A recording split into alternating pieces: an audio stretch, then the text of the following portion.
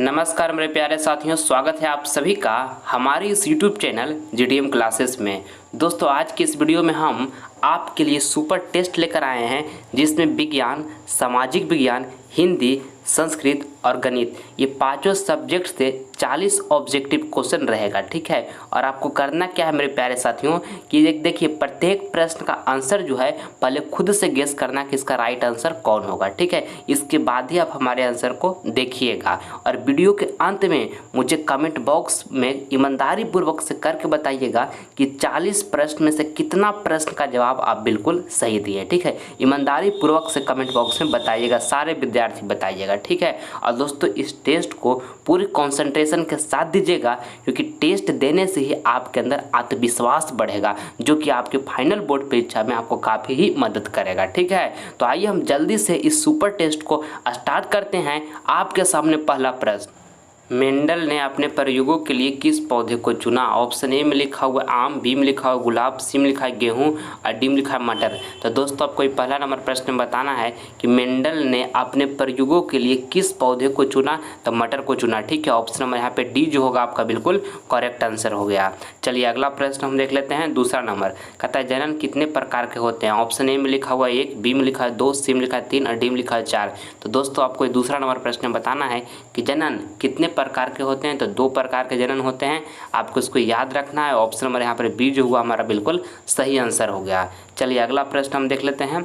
तीसरा नंबर कहता है ओजोन के एक अणु में कितने परमाणु होते हैं? दोस्तों वेरी इंपॉर्टेंट प्रश्न है आपके बोर्ड एग्जाम के लिए। आपको बताना है ये प्रश्न में कि ओजोन के एक अणु में कितने परमाणु होते हैं। तो देखिए ओजोन का हमारा सूत्र क्या होता है? O3 होता है। ठीक है, और कह रहा है ओजोन के एक अणु में कितने परमाणु होते हैं? तो देखिए 3 परमाणु होता है। ठीक है, तो ऑप्शन नंबर यहाँ पे जो हमारा सी होगा बिल्कुल सही उत्तर हो गया। ठीक है, चलिए अगला प्रश्न हम देख लेते हैं। चौथा नंबर कहता है कि विद्युत बल्ब का तंतु किस पदार्थ का बना होता है? ऑप्शन ए में लिखा है लोहा, बी में लिखा है नाइक्रोम, सी में लिखा है टंगस्टन और डी में लिखा हुआ है टिन। तो मेरे प्यारे साथियों आपको चौथा नंबर प्रश्न बताना है कि विद्युत बल्ब का तंतु किस पदार्थ का बना होता है? तो दोस्तों टंगस्टन का बना होता है, आपको इसको अच्छी तरीके से याद रखना है। ऑप्शन नंबर सी यहाँ पे बिल्कुल सही आंसर हो जाएगा। जो पीला वाला बल्ब होता है ना, उसका जो फिलामेंट होता है बाबू, वो किस चीज़ का बना होता है? तो टंगस्टन का बना होता है, इसको याद रखिएगा। वेरी इंपॉर्टेंट प्रश्न है। ठीक है, चलिए देखिएगा पांचवा नंबर प्रश्न कहता है कि तारे क्यों टिमटिमाते हैं? जल्दी से इसका कमेंट बॉक्स में आंसर छापिए कि क्या होगा। सारा प्रश्न का आपको आंसर पहले खुद से गेस करना है, इसके बाद ही आपको हमारे आंसर को देखना है बाबू, ताकि आपके अंदर कॉन्फिडेंस बढ़ सके। ठीक ना, देखिए ऑप्शन ए में लिखा हुआ है वायुमंडलीय अपवर्तन, बी में लिखा वर्ण विक्षेपण, सी में लिखा प्रकाश के परिकीर्णन और डी में लिखा इनमें से कोई नहीं। तो दोस्तों तारे क्यों टिमटिमाते हैं बताइए सारे विद्यार्थी? तो वायुमंडलीय अपवर्तन के कारण टिमटिमाते हैं तारे। ऑप्शन नंबर ये जो होगा यहाँ पे बिल्कुल हमारा सही आंसर हो जाएगा। चलिए अगला प्रश्न हम देख लेते हैं। आप छठा नंबर देखिएगा, कहता है कि लेंस बनाने में किसका प्रयोग नहीं किया जाता है? ऑप्शन ए में लिखा है मिट्टी, बी में लिखा है प्लास्टिक, सी में लिखा है कांच और डी में लिखा है पानी। तो दोस्तों आपको बताना है कि लेंस बनाने में किसका प्रयोग नहीं किया जाता है? तो मिट्टी का बाबू लेंस बनाने में प्रयोग नहीं किया जाता है। ऑप्शन नंबर यहाँ पे ए जो होगा आपका बिल्कुल सही उत्तर हो जाएगा, आपको इसको ध्यान में रखना है। चलिए अगला प्रश्न हम देख लेते हैं। देखिएगा 7वां नंबर प्रश्न कहता है कि वायुमंडल में कितना प्रतिशत नाइट्रोजन गैस पाया जाता है? ये भी प्रश्न वेरी इंपॉर्टेंट से आपकी फाइनल बोर्ड परीक्षा के लिए आपको बताना है। ये प्रश्न को वायुमंडल में कितना प्रतिशत नाइट्रोजन गैस में पाया जाता है? तो 78% पाया जाता है। ठीक है, ऑप्शन नंबर यहाँ पे बी जो होगा आपका बिल्कुल सही उत्तर हो जाएगा, आपको इसको याद रखना है। ठीक है, चलिए अगला प्रश्न हम देख लेते हैं। 8 नंबर कहता है कि नमक का रासायनिक सूत्र क्या होता है? दोस्तों ये भी प्रश्न वेरी इंपॉर्टेंट से आपके फाइनल बोर्ड परीक्षा के लिए आपको बताना है कि नमक का रासायनिक सूत्र क्या होता है? तो NaCl होता है। ठीक है, नमक का रासायनिक सूत्र हमारा क्या होता है? तो NaCl होता है। ऑप्शन नंबर यहाँ पे ए जो होगा आपका बिल्कुल सही उत्तर हो जाएगा, आपको इसको अच्छे तरीके से याद रखना है। ठीक है, चलिए अगला प्रश्न हम देख लेते हैं। देखिएगा 9 नंबर कहता है शुद्ध जल का pH मान कितना होता है? आपको दोस्तों ये 9 नंबर प्रश्न बताना है कि शुद्ध जल का pH मान कितना होता है? तो 7 होता है, आपको इसको अच्छी तरीके से याद रखना है। ऑप्शन नंबर डी जो होगा आपका बिल्कुल सही उत्तर हो जाएगा। आइए अगला प्रश्न हम देखते हैं। 10वां नंबर कहता है सबसे कठोर तत्व कौन है? ऑप्शन ए में लिखा पत्थर, बी में लिखा है हीरा, सी में लिखा है कार्बन और डी में लिखा है ऑक्सीजन। तो मेरे प्यारे साथियों आप सारे विद्यार्थी इसको कमेंट बॉक्स में बताइए कि सबसे कठोर तत्व कौन है? तो दोस्तों हीरा है। ठीक ना, आपको इसको याद रखना है। ऑप्शन नंबर बी जो होगा हमारा यहाँ पे बिल्कुल सही आंसर हो जाएगा। ठीक है, चलिए अगला प्रश्न हम देख लेते हैं। अगला प्रश्न हमारे यहाँ पे 11 नंबर कहता है कि पशुपालन एवं मत्स्य पालन किस क्षेत्र के अंग हैं। ऑप्शन ए में लिखा है प्राथमिक क्षेत्र, बी में लिखा है द्वितीयक क्षेत्र, सी में लिखा है तृतीयक क्षेत्र और डी में लिखा है इनमें से कोई नहीं। तो आपको बताना है कि पशुपालन एवं मत्स्य पालन किस क्षेत्र के अंग हैं। तो दोस्तों प्राथमिक क्षेत्र के अंग हैं। ठीक है, ऑप्शन नंबर यहाँ पे ए जो होगा ना आपका बिल्कुल सही उत्तर हो जाएगा, आपको इसको याद रखना है। ठीक है, चलिए अगला प्रश्न हम देख लेते हैं। देखिएगा 12 नंबर कहता है कि निम्न में से कौन खरीफ की फसल है। ऑप्शन देखिए, ये प्रश्न जो है ये प्रश्न बार बार बिहार बोर्ड पूछा जाता है, बिहार बोर्ड पूछता है, इसलिए आप इसको अच्छी तरीके से याद कर लीजिएगा। क्या कहता है, निम्न में से कौन खरीफ फसल है। तो धान जो है बाबू ये खरीफ फसल है। ऑप्शन नंबर यहाँ पे डी जो होगा हमारा बिल्कुल सही आंसर हो जाएगा, आपको इसको याद रखना है। और गेहूँ क्या है, रबी फसल है, ये भी आपको साथ में ध्यान में रखना है। चलिए अगला प्रश्न हम देख लेते हैं। 13 नंबर देखिएगा, कहता है भारत की वित्तीय राजधानी किस शहर को कहा जाता है। ऑप्शन ए में लिखा है दिल्ली, बी में लिखा है मुंबई, सी में लिखा है पटना, डी में लिखा है बेंगलुरु। तो दोस्तों आपको इसमें बताना है कि भारत की वित्तीय राजधानी किस शहर को कहा जाता है। दोस्तों मुंबई को कहा जाता है। ये भी प्रश्न बहुत बार आपके फाइनल बोर्ड परीक्षा में पूछा गया है, आपको इसको ध्यान में रखना है। ऑप्शन नंबर बी यहाँ पे बिल्कुल करेक्ट आंसर हो गया। ठीक है, चलिए अगला प्रश्न हम देख लेते हैं। 14 नंबर कहता है कि भारत के किस राज्य की प्रति व्यक्ति आय अधिक है। दोस्तों ऑप्शन ए में लिखा है बिहार, बी में लिखा है गोवा, सी में लिखा है दिल्ली और डी में लिखा है मुंबई। तो दोस्तों इसका जवाब आप कमेंट बॉक्स में दीजिएगा कि राइट आंसर क्या होगा। ठीक है, आपको प्रश्न बताना है कि भारत के किस राज्य की प्रति व्यक्ति आय अधिक है। तो कमेंट बॉक्स में सारा विद्यार्थी इसका जवाब दीजिएगा कि क्या इसका राइट आंसर होगा। काफ़ी आसान प्रश्न है। ठीक है, चलिए इसको हम छोड़ते हैं, अगला प्रश्न की ओर हम बढ़ जाते हैं। 15 नंबर कहता है कि बिहार में संपूर्ण क्रांति का नेतृत्व निम्नलिखित में से किसने किया। ऑप्शन ए में लिखा मोरारजी देसाई, बी में लिखा हुआ नीतीश कुमार, सी में लिखा जयप्रकाश नारायण और डी में लिखा इंदिरा गांधी। तो आपको बताना है कि बिहार में संपूर्ण क्रांति का नेतृत्व निम्नलिखित में से किसने किया। तो दोस्तों किसने किया, जयप्रकाश नारायण ने किए। ऑप्शन नंबर यहाँ पे सी जो होगा बाबू आपका बिल्कुल सही उत्तर हो जाएगा। ठीक है, चलिए अगला प्रश्न हम देखते हैं। सारा प्रश्न खुद से आंसर गेस कीजिएगा, इसके बाद ही दोस्तों आप हमारे आंसर को देखिएगा अच्छे तरीके से कंसंट्रेशन के साथ इस टेस्ट को आप दें। ठीक, देखिए 16 नंबर प्रश्न कहता है कि निम्न में से किसे पिछड़ा राज्य कहा जाता है। ऑप्शन ए में लिखा पंजाब, बी में लिखा केरल, सी में लिखा बिहार और डी में लिखा दिल्ली। तो आपको बताना है कि निम्न में से किससे पिछड़ा राज्य कहा जाता है। दोस्तों बिहार को पिछड़ा राज्य कहा जाता है। ठीक है, ऑप्शन नंबर यहाँ पे जो सी होगा ना आपका बिल्कुल सही उत्तर हो जाएगा, आपको इसको अच्छे तरीके से याद रखना है। ठीक है, चलिए अगला प्रश्न हम देखते हैं। देखिएगा यहाँ पे 17 नंबर प्रश्न कहता है कि भारत में कहाँ औरतों के लिए आरक्षण की व्यवस्था है। दोस्तों ये प्रश्न आपकी फाइनल बोर्ड एग्जाम बहुत बार पूछा गया है, इसका कमेंट बॉक्स में आंसर छापिए। ऑप्शन ए में लिखा लोकसभा, बी में लिखा मंत्रिमंडल, सी में लिखा विधानसभा, डी में लिखा पंचायती राज संस्थाएं। तो आपको बताना है कि भारत में कहाँ औरतों के लिए आरक्षण की व्यवस्था है। तो पंचायती राज संस्थाएं में है। ठीक है, ऑप्शन नंबर यहाँ पे डी जो होगा आपका बिल्कुल सही उत्तर हो जाएगा, आपको इसको अच्छे तरीके से याद रखना है। ठीक है, चलिए अगला प्रश्न हम देख लेते हैं। देखिएगा यहाँ पर 18 नंबर प्रश्न कहता है कि भारत में वित्तीय वर्ष कहा जाता है। ये भी प्रश्न दोस्तों बहुत बार आपके बोर्ड एग्जाम में पूछा गया है, आपको बताना है कि भारत में वित्तीय वर्ष कहा जाता है। तो 1 अप्रैल से दोस्तों 1 अप्रैल से 31 मार्च तक भारत में वित्तीय वर्ष कहा जाता है। ठीक है, ऑप्शन नंबर यहाँ पे सी जो होगा आपका बिल्कुल सही उत्तर हो जाएगा, आपको इसको याद रखना है। ठीक है, क्या इसमें आपको हम याद करने के लिए बताएं कि भारत में वित्तीय वर्ष कहा जाता है तो 1 अप्रैल से 31 मार्च तक कहा जाता है। बहुत ही महत्वपूर्ण प्रश्न है। ठीक ना, चलिए अगला प्रश्न हम देख लेते हैं। 19 नंबर प्रश्न देखिएगा, कहता है कि भारत का सबसे बड़ा बंदरगाह है। ऑप्शन ए में लिखा मुंबई, बी में लिखा कोलकाता, सी में लिखा चेन्नई और डी में लिखा इनमें से कोई नहीं। तो आपको बताना है कि भारत का सबसे बड़ा बंदरगाह है। तो दोस्तों मुंबई जो है सबसे बड़ा बंदरगाह है। ऑप्शन नंबर यहाँ पे ये जो होगा बिल्कुल सही आंसर हो जाएगा, आपको इसको याद रखना है। ठीक है, चलिए अगला प्रश्न हम देख लेते हैं। 20 नंबर प्रश्न देखते हैं, कहता है ग्राम कचहरी का प्रमुख कौन होता है। ऑप्शन ए में लिखा हुआ पंच, बी में लिखा प्रमुख, सी में लिखा हुआ सरपंच और डी में लिखा है न्याय मित्र। तो दोस्तों आपको 20 नंबर प्रश्न बताना है कि ग्राम कचहरी का प्रमुख कौन होता है। तो दोस्तों सरपंच होता है, आपको इसको अच्छे तरीके से याद रखना है। ऑप्शन नंबर सी जो होगा बिल्कुल सही आंसर हो गया। आइए अगला प्रश्न हम देखते हैं 21 नंबर। और दोस्तों आसपास के कुछ ऐसे लोग हैं जो आपको देखकर मुंह फेर लेते हैं, कुछ रिलेशन के ऐसे लोग हैं जो आपको देखकर मुंह फेर लेते हैं। तो डिप्रेस मत होइए बाबू, परेशान मत होइए, खुद से कह दीजिए कि जिन्होंने ठुकरा दिया मुझे मेरा वक्त देखकर, वादा करता हूँ खुद से एक ऐसा दिन लाऊंगा कि उसे मिलना पड़ेगा मुझसे मेरा वक्त लेकर। ठीक है, परेशान मत होइए, हिम्मत से काम लीजिए बाबू, और मन से पढ़ाई कीजिए और हर हालत में सोचिए कि फाइनल बोर्ड परीक्षा में 480 प्लस मार्क्स हमें किसी भी तरीके से प्राप्त करना है। जितना मेहनत करना पड़े हमको करेंगे। ठीक है, इसलिए लगभग आपके पास 5 मंथ का समय बचा हुआ है। पूरी जोश पूरी एनर्जी झोंक दीजिए और हर हालत में 480 प्लस मार्क्स फाइनल बोर्ड परीक्षा में प्राप्त कीजिए बाबू। ठीक है, एक बात को हमेशा आप ध्यान में रखिएगा कि इस पूरी दुनिया में एक ऐसा इंसान है जो आपको 480 प्लस मार्क्स दिलवा सकता है, और वो इंसान आप खुद हो। ठीक है, जिस दिन आप ठान लिए, दिल से ठान लिए मुझे 480 प्लस मार्क्स मैट्रिक बोर्ड परीक्षा 2023 में हर हालत में प्राप्त करना है, तो कोई भी प्रॉब्लम, कोई भी बाधा, कोई भी लाइफ का समस्या आपको कुछ भी कुछ भी नहीं कर सकता है। बस आपको दिल से इस बात को ठान लेना होगा कि मुझे हर हालत में 480 प्लस मार्क्स फाइनल बोर्ड परीक्षा में प्राप्त करना है। ठीक है, हम आपके साथ बने हुए हैं बाबू। हमसे जितना मेहनत होगा ये 5 मंथ आपके लिए पूरी जोश एनर्जी के साथ करने के लिए हम तैयार हैं। बशर्ते आप सभी विद्यार्थी हमारे साथ बने रहिएगा। अगर जो अभी तक आप सभी विद्यार्थी चैनल को सब्सक्राइब नहीं किए हैं, जीटीएम क्लासेस परिवार से नहीं जुड़े हैं, तो जल्द से आप सभी विद्यार्थी जीटीएम क्लासेस परिवार से जुड़ जाइए।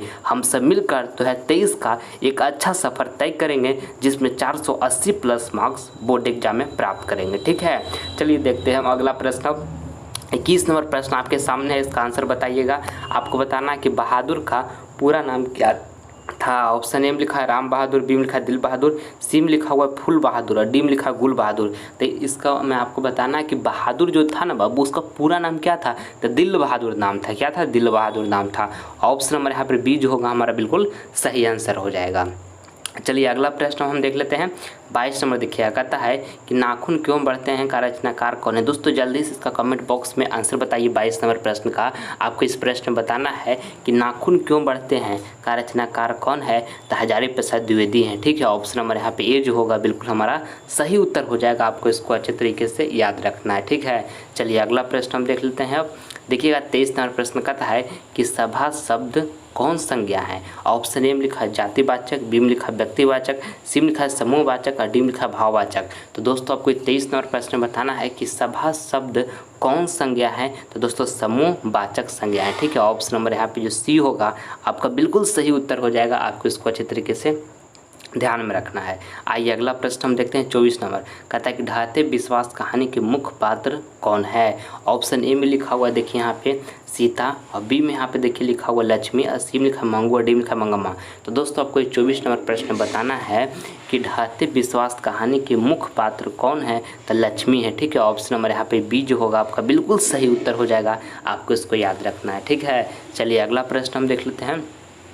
देखिएगा 25 नंबर कहता है कि लक्ष्मी के पति का क्या नाम है। ऑप्शन ए में लिखा हुआ वीरेंद्र, बी में लिखा है लक्ष्मण, सी में लिखा है राम रतन और डी में लिखा है महेश। तो दोस्तों आपको 25 नंबर प्रश्न में बताना है कि लक्ष्मी के पति का क्या नाम है, तो दोस्तों लक्ष्मण नाम है। ठीक ना, ऑप्शन नंबर यहाँ पे बी जो होगा आपका बिल्कुल सही उत्तर हो जाएगा। आपको इसको याद रखना है। ठीक है, चलिए अगला प्रश्न हम देखते हैं।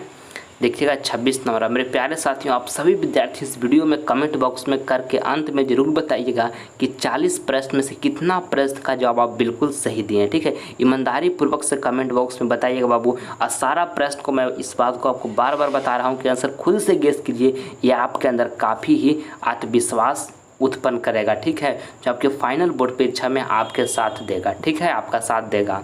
चलिए देखते हैं 26 नंबर प्रश्न बताइएगा आप सभी विद्यार्थी। कहता है कि बिरजू महाराज का संबंध किससे था। तो दोस्तों आपको बताना है 26 नंबर प्रश्न में कि बिरजू महाराज का जो संबंध था वो किससे था, तो कथक से था। ठीक है, ऑप्शन नंबर यहाँ पे सी जो होगा आपका बिल्कुल सही उत्तर हो जाएगा। ठीक है, चलिए अगला प्रश्न हम देख लेते हैं 27 नंबर। कहता है मैक्स मिलर का जन्म कब हुआ था। ऑप्शन ए में लिखा 1823 ईस्वी में, बी में लिखा 1824 ईस्वी में, सी में लिखा 1825 ईस्वी में और डी में लिखा 1826 ईस्वी में। तो आपको इस 27 नंबर प्रश्न बताना है मेरे प्यारे साथियों कि मैक्स मिलर का जन्म कब हुआ था, तो 1823 ईस्वी में हुआ था। 1823 ईस्वी में हुआ था। ऑप्शन नंबर यहाँ पे ए जो होगा बिल्कुल सही उत्तर हो जाएगा। आपको इसको याद रखना है। ठीक है, चलिए अगला प्रश्न हम देख लेते हैं। देखिएगा 28 नंबर कहता है कि संसार में बच्चों का सच्चा रक्षक कौन होता है। ऑप्शन ए में लिखा पिता, बी में लिखा माता, सी में लिखा भाई और डी में लिखा बहन। तो दोस्तों आपको ये 28 नंबर प्रश्न बताना है कि संसार में बच्चों का सच्चा जो होता है रक्षक कौन होता है? तो दोस्तों माता होते हैं, ठीक है। आपको याद रखना है ऑप्शन नंबर बी जो होगा हमारा यहाँ पे बिल्कुल सही उत्तर हो जाएगा, ठीक है। चलिए अगला प्रश्न हम देख लेते हैं। 29 नंबर देखिएगा, कहता है कि हाथ साफ करना मुहावरे का सही अर्थ क्या है? ऑप्शन में लिखा है हाथ धोना, बी लिखा है सफाई करना, सी लिखा है चोरी करना, डी लिखा है गंदगी फैलाना। तो आपको 29 नंबर ये प्रश्न बताना है दोस्तों कि हाथ साफ करना मुहावरे का सही अर्थ क्या है? दोस्तों चोरी करना है, ठीक है। ऑप्शन नंबर यहाँ पे जो सी होगा बिल्कुल हमारा सही उत्तर हो जाएगा, ठीक है। चलिए अगला प्रश्न हम देख लेते हैं। 30 नंबर कहता है कि स्वामी दयानंद मूर्ति पूजा के थे। दोस्तों ये भी प्रश्न वेरी इंपॉर्टेंट है आपके फाइनल बोर्ड परीक्षा के लिए। आपको बताना है प्रश्न में कि स्वामी दयानंद मूर्ति पूजा के थे तो विरोधी थे, ठीक है। आपको इसको याद रखना है। ऑप्शन नंबर यहाँ पे ए जो होगा आपका बिल्कुल सही आंसर हो गया है, ठीक है। चलिए अगला प्रश्न हम देख लेते हैं। देखिए 31 नंबर प्रश्न कहता है कि किस देश में देवता बार जन्म लेना चाहते हैं? ऑप्शन ए में लिखा है पाकिस्तान, बी में लिखा है यूनान, सी में लिखा है नेपाल और डी में लिखा है भारत। तो दोस्तों आपको 31 नंबर प्रश्न बताना है कि किस देश में देवता बार जन्म लेना चाहते हैं? तो भारत में लेना चाहते हैं। ऑप्शन नंबर यहाँ पे डी जो होगा ना आपका बिल्कुल सही उत्तर हो जाएगा। चलिए अगला प्रश्न हम देखते हैं। 32 नंबर कहता है कि शरीर का सबसे बड़ा शत्रु है, बताइए। जल्दी से इसका कमेंट बॉक्स में आंसर बताइए बाबू क्या होगा। आपको बताना है कि शरीर का सबसे बड़ा शत्रु कौन है? दोस्तों आलस्य है। क्या है? आलस्य है। ऑप्शन नंबर बी जो होगा ना हमारा यहाँ पर बिल्कुल सही आंसर हो जाएगा। इसलिए जीवन में कभी भी भूल के भी आलस मत कीजिएगा। चलिए अगला प्रश्न हम देख लेते हैं। 33 नंबर कहता है घर की लक्ष्मी कौन होती है? ऑप्शन ए में लिखा है पुरुष, बी में लिखा है स्त्री, सी में लिखा है कवि और डी में लिखा है बालक। तो आपको बताना है कि घर की लक्ष्मी कौन होती है? तो दोस्तों घर की लक्ष्मी स्त्री होती है, ठीक है। ऑप्शन नंबर यहाँ पे बी जो होगा ना बिल्कुल आपका सही आंसर हो जाएगा। आपको इसको याद रखना है, ठीक है। चलिए अगला प्रश्न हम देख लेते हैं। अगला प्रश्न यहाँ पे हमारा कौन है? तो यहाँ पे 34 नंबर प्रश्न आपके सामने कहता है कि 1/√3 का मान है। तो देखिए साइन 30 डिग्री का मान बाबू कितना होता है? तो साइन 30 डिग्री का मान दोस्तों 1/2 होता है। और देखिए tan 30 डिग्री का मान कितना होता है? तो tan 30 डिग्री का मान जो होता है वो कितना होता है? 1/√3 होता है, ठीक है। और देखिए tan 60 डिग्री का मान कितना होता है? तो tan 60 डिग्री का मान √3 होता है। और यहाँ देखिए साइन 60 डिग्री का मान कितना होता है? तो √3/2 होता है, ठीक है। तो आपको क्या बताना है कि 1/√3 का मान है दोस्तों किसका मान है? तो tan 30 डिग्री का जो मान होता है वो 1/√3 होता है, ठीक है। तो ऑप्शन नंबर यहाँ पे जो बी होगा ना आपका बिल्कुल सही उत्तर हो जाएगा। आपको इसको अच्छे तरीके से याद रखना है, ठीक है। चलिए अगला प्रश्न हम देख लेते हैं। देखिएगा 35 नंबर प्रश्न कहता है बताने का प्रयास कीजिएगा इसका आंसर बाबू क्या होगा। कहता है कि 13 और 19 के बीच समांतर माध्य है। आपको 13 और 19 के बीच समांतर माध्य निकालने के लिए कहा है। तो जब भी आपको समांतर माध्य निकालने के लिए कहे मेरे प्यारे साथियों, तो जो आपका यहाँ पर जो दो संख्या दिया हुआ है उसको क्या करना है? दोनों को जोड़ लेना है। दोनों संख्या को क्या करेंगे? जोड़ लेंगे। तो 13 + 19 कर लेंगे और बटा में 2 कर देंगे। दोनों संख्या को जोड़ लेंगे और बटा में 2 कर देंगे, हमारा समांतर माध्य निकल जाएगा। तो जोड़िएगा तो यहाँ पर कितना आ जाएगा? 32 आ जाएगा, ठीक है। 32/2 हो जाएगा। काटिएगा तो कितना टाइम? 16 यहाँ से आ जाएगा, यानी कि हमारा 16 जो होगा बिल्कुल हमारा सही आंसर हो गया ऑप्शन नंबर ए, ठीक है। चलिए अगला प्रश्न हम देखते हैं। 36 नंबर का असंभव घटना की प्रायिकता कितनी होती है? दोस्तों ये भी प्रश्न वेरी इंपॉर्टेंट है और आपके बोर्ड एग्जाम में बार इसको रिपीट किया जाता है, इसलिए आप इसको ध्यान में रखिएगा। कहता है असंभव घटना की प्रायिकता कितनी होती है? तो असंभव घटना की प्रायिकता दोस्तों 0 होता है। इसको आपको याद रखना है। ऑप्शन नंबर यहाँ पर बी जो होगा आपका बिल्कुल सही आंसर हो जाएगा। एकदम ध्यान से इसको याद रखिएगा, ठीक है। और देखिए जब आपसे पूछ दे कि संभव घटना की प्रायिकता कितनी होती है, तो 1 होता है। ये भी आपको अच्छी तरीके से याद रखना है। ये भी काफ़ी बार आपके बोर्ड एग्जाम में पूछे गए हैं। चलिए अगला प्रश्न हम देखते हैं। 37 नंबर कहता है वृत्त पर कितनी स्पर्श रेखा खींची जा सकती है? देखिए दोस्तों आपके सामने हम चमचमाता हुआ एक वृत्त बना देते हैं, ठीक है। वृत्त नहीं लग रहा है बाबू। अब कहता है कि वृत्त पर कितनी स्पर्श रेखा खींची जा सकती है। देखिए इस तरह से स्पर्श रेखा खींचा जाता है। ये खींचिए स्पर्श रेखा, यहाँ से देखिए अच्छा से खींचिएगा, ये देखिए स्पर्श रेखा खींचा हुआ है। तो यही कह रहा है कि वृत्त पर कितनी स्पर्श रेखा खींची जा सकती है? तो इस तरह से स्पर्श रेखा बाबू अनंत खींचा जा सकता है, ठीक ना। ऑप्शन नंबर यहाँ पे डी जो होगा हमारा बिल्कुल सही आंसर हो जाएगा। आप इसको ध्यान से अच्छे तरीके से समझ कर याद कीजिएगा, ठीक है। चलिए अगला प्रश्न हम देखते हैं। देखिएगा 38 नंबर बनाने का प्रयास कीजिएगा सारे विद्यार्थी और कमेंट में आंसर छापिएगा 38 नंबर का।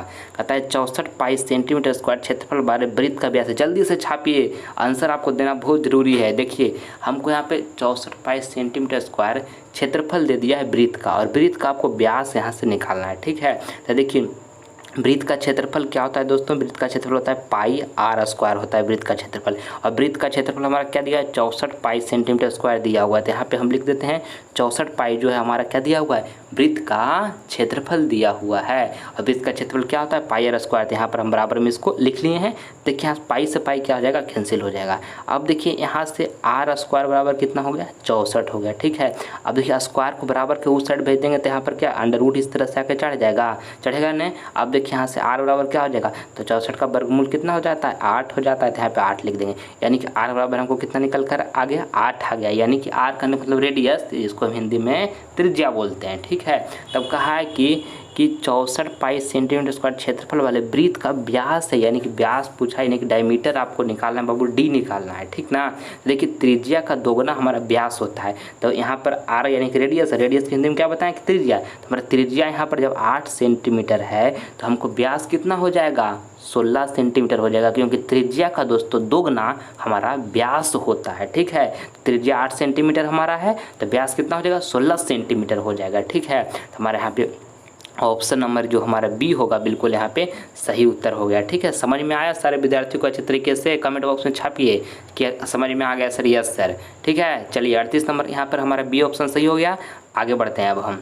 देखिएगा यहाँ पर 39 नंबर प्रश्न को कहता है कि 9 sec square theta minus 9 tan square theta बराबर है। तो देखिए इसको किस तरह से बनाएंगे। देखिए 9 यहाँ भी है बाबू, 9 यहाँ भी है, तो क्या हम 9 को कॉमन कर लेंगे? तो यहाँ पर क्या बच जाएगा? यहाँ पर बच जाएगा सेक स्क्वायर थीटा बच जाएगा। और यहाँ पर माइनस, यहाँ 9 कॉमन कर लिए, यहाँ पर क्या बच गया? केवल टेन स्क्वायर थीटा केवल बच गया। ठीक है, और यहाँ पर 9 लिखे sine square theta minus 10 square theta equal to क्या होता है? 1 होता है। तो यहाँ पे हम 1 लिख देंगे। ठीक है, और 9 × 1 करेंगे तो कितना आ जाएगा? 9 आ जाएगा। यानी कि हमारा इसका 9 जो होगा बिल्कुल सही आंसर हो जाएगा, यानी कि ऑप्शन नंबर बी यहाँ पे हमारा बिल्कुल सही आंसर हो गया। ठीक है, समझ में आया?